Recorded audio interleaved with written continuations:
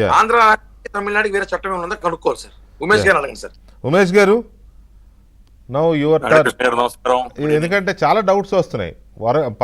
Sorry, తమిళనాడులో ఒక MLA ముఖ్యమంత్రి గారిని ఒక నటితో కలిసి ఉంటున్నాడు అన్నదానికి వాళ్ళ అభిమాని ఆ పార్టీ కార్యకర్త కేసు పెడితే ఆయన ముందుగానే యాంటిసిపేటరీ బెయిల్కి వెళ్తే కోర్టు బెయిల్ ఇవ్వకపోగా నీలాంటి వాడికి ఈ శిక్షలు పడాల్సిందే, బుద్ధి లేదా అని తిట్టింది. మీరు ఫాలో అయ్యే ఉంటారు కదా అది. Yes, వాళ్ళు yes, కేసు అండి, పెట్టారు, అరెస్ట్ అయ్యారు, జైలుకి పంపించారు. కానీ ఇక్కడ అలా జరగడం లేదే. ఇంట్లో వాళ్ళని, ఇంట్లో ఆడపిల్లల్ని, మగపిల్లల్ని, భార్యల్ని ఇష్టారాజ్యంగా నేను ఆ పార్టీ ఈ పార్టీ అనట్లేదు సార్. I'm clear. ఆ విషయంలో నేను ఏ పార్టీకి మినహాయింపు ఇవ్వట్లేదు. కాకపోతే కొద్దిగా ఎక్కువ తక్కువ. కానీ ఇక్కడ ఎందుకు నిలబడట్లేదు? ఒక టీడీపీ కార్యకర్త మాత్రం కిరణ్ అనే అతనికి వెంటనే జైలుకి వెళ్ళాడు భారతిరెడ్డి గారిని తిట్టిన కేసులో. ఈ తర్వాత పవన్ కళ్యాణ్ తిట్టినా, చంద్రబాబు నాయుడిని తిట్టినా, రేవంత్ రెడ్డిని తిట్టినా, కేసీఆర్ని తిట్టినా ఎవరు ఎక్కడ గప్చెప్ అన్నట్టుగానే ఉంది. ఎందుకని? ముందు వెంకటకృష్ణ గారు, మీకు అలాగే ప్యానెల్లో ఉన్న వాళ్ళందరికీ కూడా నమస్కారం. నమస్తే గుడ్ అండి. ఈవినింగ్. వెంకటకృష్ణ గారు, మీరు చాలా పర్టినెంట్, చాలా ఇంపార్టెంట్ క్వశ్చన్ అడిగారు. ఇక్కడ ఏం జరిగిందంటే, ఫస్ట్ ఆఫ్ ఆల్ మనం తమిళనాడు కేసుని దీన్ని ఒక చూసే ప్రయత్నం చేస్తున్నాం. Trying to draw and resemblance తీసుకునే ప్రయత్నం చేస్తున్నాం. ఇక్కడ పాయింట్ ఏంటంటేనండి, తమిళనాడు కేసులో ఏమైందని చెప్పే ప్రయత్నం చేస్తాం, తర్వాత ఆంధ్రప్రదేశ్లో కూడా ఏమవుతుందని చెప్పే ప్రయత్నం చేస్తాం. ఎందుకంత ఈ విధంగా రిమాండ్స్ రిఫ్యూజ్ అవుతున్నాయి దాని మీద. తమిళనాడు కేసులో ఆయన మీద కేసు పడిన వెంటనే ఎమ్మెల్యే గారు ఇమీడియట్ గా హైకోర్టును మూవ్ చేసి యాంటిసిపేటరీ బెయిల్ అప్లికేషన్ మూవ్ చేసుకోవడం జరిగింది. యాంటిసిపేటరీ బెయిల్ అప్లికేషన్ మూవ్ చేసిన తర్వాత హానరబుల్ హైకోర్టు వారు మేము యాంటిసిపేటరీ బెయిల్ అప్లికేషన్ ఇవ్వము అని చెప్పి యాంటిసిపేటరీ బెయిల్ అప్లికేషన్ డినై చేస్తూ కొన్ని కామెంట్స్ ఏదైతే ఇంతకుముందు మీరు రిమార్క్స్ లో చెప్పారు, ఇనిషియల్ రిమార్క్స్ లో చెప్పారో, అవి comments were passed by the honourable high court there in the like Tamil Nadu. అది తర్వాత ఏమైందంటే, ఆ పర్టికులర్ ఇండివిజువల్ ఎవరైతే ఉన్నారో అతన్ని తిరుచెండూర్ జ్యుడిషియల్ మ్యాజిస్ట్రేట్ కోర్టు ముందు ప్రొడ్యూస్ చేయడం జరిగింది. ఎప్పుడైతే high court July 3, 2026 anticipatory bail application dismiss చేసిందో, కరెక్ట్, నిన్ననే డిస్మిస్ చేసిందో, ఇమీడియట్ గా అతన్ని అరెస్ట్ చేసి తుత్తుకూడి ఎస్పీ ఆఫీస్ లో అతన్ని తీసుకున్న ఎమ్మెల్యే గారిని తీసుకుని అక్కడ మ్యాజిస్ట్రేట్ ఏదైతే తిరుచెందూర్ జ్యుడిషియల్ మ్యాజిస్ట్రేట్ గారి ముందు ప్రవేశపెట్టినప్పుడు పోలీసు వారు అక్కడ తిరుచెందూర్ మ్యాజిస్ట్రేట్ గారు అక్కడ కూడా రిమాండ్ డినై చేసి బెయిల్ ఇవ్వడం జరిగింది. ఇక్కడ కూడా సిమిలర్ కేసు కాదు. ఇక్కడ ఏంటంటే యాంటిసిపేటరీ బెయిల్ కి వెళ్ళాడు ఆయన. ఇక్కడ ఈ పర్టికులర్ ఇండివిజువల్ ఎవరైతే అక్యూజ్డ్ అరెస్ట్ కాబడ్డారో ఆయన యాంటిసిపేటరీ బెయిల్ వెళ్ళలేదు. ఆయన 4-5 కేసులు పెట్టడం, పోలీస్ స్టేషన్ చుట్టూ వెళ్ళడం, ఆ తర్వాత మ్యాజిస్ట్రేట్ గారి ముందు ప్రవేశపెట్టడం. ఇక్కడ ఏం జరిగిందంటే వెంకటకృష్ణ గారు, పోలీసు వారికి ఇది ఇప్పుడే కాదు, చాలా సార్లు చాలా మంది లైక్ సోషల్ ఇక్కడ ఒక చిన్న డౌట్ అడుగుతాను నేను. మీరు సీనియర్ అడ్వకేటే కాబట్టి, తమిళనాడులో ఆ మాజీ మంత్రి ఎమ్మెల్యే రాధాకృష్ణన్ విషయంలో అతను మాట్లాడిన మాటలు హైకోర్టుకు తప్పుగా కనిపించాయి. తప్పుగా కనిపించి యాంటిసిపేటరీ బెయిల్ ఇవ్వడానికి నిరాకరించడమే కాకుండా చాలా స్వీపింగ్ కామెంట్స్ కూడా చేసింది అతని యాటిట్యూడ్ మీద, అతని నైజం మీద కదా.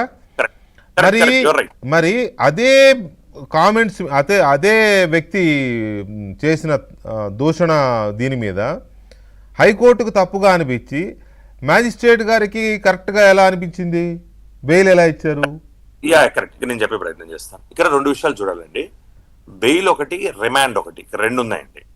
రిమాండ్ చేసే సమయంలో రిమాండ్ అపోజ్ చేసే అవకాశాన్ని కూడా ఎవరైతే అక్యూజ్డ్ ఉన్నారో వాడి తరఫున అడ్వకేట్ గారికి అవకాశం కల్పిస్తారు. అవును, కల్పించినప్పుడు ఏంటంటే ఆ రిమాండ్ అపోజ్ చేసుకునే విధానాన్ని వేరు. ఎందుకంటే రిమాండ్ అపోజ్ చేసుకునేప్పుడు కొన్ని జడ్జ్మెంట్స్ ఉన్నాయి, సుప్రీంకోర్టు యొక్క హానరబుల్ సుప్రీంకోర్టు యొక్క జడ్జ్మెంట్స్ కొన్ని ఉన్నాయి. ఈ అఫెన్సెస్ కన్నా తక్కువ అయితే, ఫర్ ఇన్స్టెన్స్ మీకు ఏదైతే ఎఫ్ఐఆర్ లో మోపబడిన సెక్షన్లు 7 ఏళ్ల కన్నా తక్కువ కనుక అఫెన్సెస్ అయితే, మనకి అర్నేష్ కుమార్ జడ్జ్మెంట్ కానీ, అలాగే సచేంద్ర అంతిల్ అనే జడ్జ్మెంట్ కానీ, సుప్రీంకోర్టు వాళ్ళు ఇచ్చిన జడ్జ్మెంట్ ప్రకారంగా అలాంటి వ్యక్తిని అరెస్ట్ చేయకుండా నోటీస్ ఇచ్చి, ఇంతకుముందు మనం 41A అనే వాళ్ళు ఇప్పుడు 35(3) అంటున్నాం బిఎన్ఎస్ఎస్ వచ్చిన తర్వాత, ఆ నోటీస్ ఇచ్చి విడిచిపెట్టండి, రిమాండ్ చేయవద్దు. రిమాండ్ చేసిన మ్యాజిస్ట్రేట్ల ఉంది, మీరు కరెక్ట్ గా ఒకసారి మళ్ళీ మీరు ప్రాపర్ గా వినాలి దయచేసి అందరూ కూడా. రిమాండ్లు చేసే మ్యాజిస్ట్రేట్ల మీద డిసిప్లినరీ యాక్షన్ తీసుకోబడుతుంది, శాఖాపరమైన చర్యలు తీసుకోబడతాయని హానరబుల్ సుప్రీంకోర్టు వారు 2 జడ్జ్మెంట్స్ లో టైమ్ అండ్ అగైన్, అదే మన హైకోర్టులో BR Naidu versus state of Andhra Pradesh in which I represented as his advocate అండి, దానిలో కూడా honourable high court division bench BR Naidu versus state of Andhra Pradesh కేసులోను మన రాష్ట్ర ఉన్నత న్యాయస్థానంలో, అలాగే సుప్రీంకోర్టు వారు Arnesh Kumar versus state of Bihar Satyendra Antil కేసులో చేశారు. ఇక్కడ నాకు వచ్చే మెయిన్ నేను డిస్టింక్షన్ డ్రా చేసేటప్పుడు చేసేది ఏంటంటే కొన్ని సెక్షన్స్ బేసిక్ ఏంటంటే అన్ని 7 years కన్నా తక్కువ సెక్షన్సే కాదు, కొన్ని సెక్షన్స్ 7 years కన్నా ఎక్కువ సెక్షన్స్ ఉన్నాయి. ఫర్ ఇన్స్టెన్స్ సెక్షన్ 111 అనే ఒక సెక్షన్ ఉందండి, ఏది మనకు బిఎన్ఎస్ లో, అది 10 years కన్నా ఎక్కువ 7 years కన్నా ఎక్కువ శిక్ష పడే సెక్షనే. ఆ సెక్షన్ పెట్టే అవకాశం ఉందా లేదా ప్రాసిక్యూషన్ వారు చూడాలి. ఇంకోటి ఏమిటంటే ఇక్కడ సటన్లీ ఇప్పుడు నేనేంటంటే ప్రభుత్వం పోలీసు వారికి రెస్పాన్సిబిలిటీ డెలిగేట్ చేస్తుంది. పోలీసు వారు సెక్షన్లు పెడతారు, పెట్టిన తర్వాత అది జ్యుడిషియల్ మ్యాజిస్ట్రేట్ గారి ముందరకు వస్తుంది రిమాండ్ చేసే టైంలో. అక్కడ ఎవరైతే పబ్లిక్ ప్రాసిక్యూటర్ ఉన్నారో లేదా డైరెక్టర్ ఆఫ్ ప్రాసిక్యూషన్స్ ఉన్నారో లేదా ఒక్కొక్కసారి హైకోర్టుకి సంబంధించిన public prosecutor, there was one instance నేను ఒక అపియర్ అయిన కింద కోర్టులో అపియర్ అయితే కనీసం రిమాండ్ చేయించడానికి 4-5 గంటల పాటు వాదనలు జరిగాయి. సో అందుకని చాలా మంది అపియర్ అవ్వచ్చు. అక్కడ లోకల్ గా ఉన్న ఏపీపీ గారు అపియర్ అవుతారు, ఆ కోర్టు యొక్క ఏపీపీ గారు ఆ కోర్టులో పీపీ గారు అపియర్ అవుతారు, డైరెక్టర్ ఆఫ్ ప్రాసిక్యూషన్స్ అపియర్ అవ్వచ్చు, హైకోర్టు నుంచి పీపీ గారు రావచ్చు, అండ్ అడ్వకేట్ జనరల్ గారు స్టేట్ లో ఉన్న ఏ కోర్టులోకైనా వాకిన్ అయ్యి ఆర్గ్యుమెంట్స్ వినిపించగలిగే హక్కు అడ్వకేట్ జనరల్ గారికి ఉంటుంది. అలాగే అడ్వకేట్ జనరల్ గారు కూడా వెళ్ళి వాదనలు వినిపించే అవకాశం ఉంటుంది ఏదైనా ఒక ఇంపార్టెంట్ కేసులో రిమాండ్ ఏమన్నా డినే అవుతుందన్న పాసిబిలిటీ ఉన్నప్పుడు. సో నేనేమంటానంటే ఇక్కడ ప్రభుత్వాన్ని పోలీసు వారిని కన్నా ప్రాసిక్యూషన్ యొక్క రోల్ ఏమిటి? సో ఇన్నిసార్లు ఒక చోట రిమాండ్ డినే అయింది, నెక్స్ట్ టైం రిమాండ్ ఎందుకు చేయించుకోలేకపోయాం, మూడో చోట రిమాండ్ ఎందుకు చేయించుకోలేకపోయాం, ఎఫిషియెంట్ పబ్లిక్ ప్రాసిక్యూటర్స్ ఆ పర్టికులర్ కోర్టులో లేరా, లేకపోతే ఎలా చేయాలి అనేది కనుక ఆలోచించుకొని ఉండుంటే ఉన్నప్పటికీ I mean to say this ఉన్నప్పటికీ legal position is very clear అండి. లీగల్ పొజిషన్ ఏంటి? సచేంద్ర కుమార్ అంతిల్ కానీ లేదా Arnesh Kumar versus state of Bihar కానీ మన ఆంధ్రప్రదేశ్ రాష్ట్రం కింద మన ఆంధ్రప్రదేశ్ రాష్ట్రానికి సంబంధించిన కేసు మనం డిస్కస్ చేస్తున్నాం కాబట్టి BR Naidu versus state of Andhra Pradesh కానీ క్లియర్ గా మ్యాజిస్ట్రేట్స్ రిమాండ్ చేసేటప్పుడు they need to apply their mind, mechanical గా చేయకూడదు. ఎందుకు చెప్తున్నానండి ఈ మాట? మనకి ఇద్దరు ప్యానలిస్టులు ఎవరైతే మన కిరణ్ రాయల్ గారు కానీ మహసేన్ రాజేష్ గారు ఇద్దరికి నేను అపియర్ అవడం జరిగింది.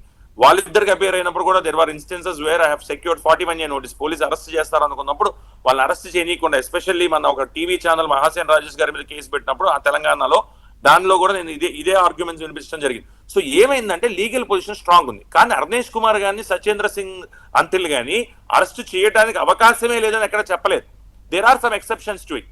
ఆ ఎక్సెప్షన్స్ ని ప్రాపర్ గా కోర్టు ముందు ప్రెజెంట్ చేయగలుగుతున్నారా, సబ్మిట్ చేయగలుగుతున్నారా అనే వాదనలు ప్రాపర్ గా వినిపించగలుగుతున్నారా, లోకల్ గా ఉన్న ఎఫిషియెంట్ గా పబ్లిక్ ప్రాసిక్యూటర్ గా అనేదే ఇక్కడ అన్నిటికన్నా ఇంపార్టెంట్ పాయింట్ అండి. కాకపోతే law laid down by the Supreme Court ఏదైతే ఉన్నదో that applies across the length and breadth of India కాబట్టి so there are some lapses. అందుకనే మీరు బెయిల్ అప్లికేషన్కి వెళ్ళినప్పుడు that's the prerogative of the high court. ఇవ్వాలా ఇవ్వకూడదా, ఇస్తామంటే వారిష్టం, ఇవ్వకూడదంటే వారిష్టం. కానీ ఈ రిమాండ్ చేసినప్పుడు ఏంటంటే లీగల్ పొజిషన్ ఉన్నది కాబట్టి already honourable Supreme Court and శాఖాపరమైన చర్యలు తీసుకుంటాము, మీరు కనుక మైండ్ అప్లై చేయకుండా కనుక రిమాండ్ చేస్తే